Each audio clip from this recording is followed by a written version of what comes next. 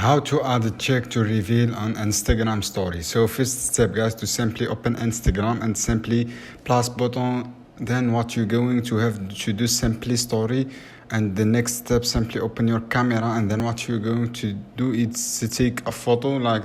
Then I'm going to draw over it. I'm going to add black background to it. Then click the sticker button, and here what you're going to have to do is simply look for the frame sticker. So simply tap that and select your photo type and publish then your story, and basically then you have all to do share this. Basically that really help. So I really hope this video helpful for you guys. Don't forget like, share this video, subscribe to my channel for more content, and simply publish a story, and basically all you have to do is share this. And I hope this video helpful for you. Then thanks guys, see you another video soon.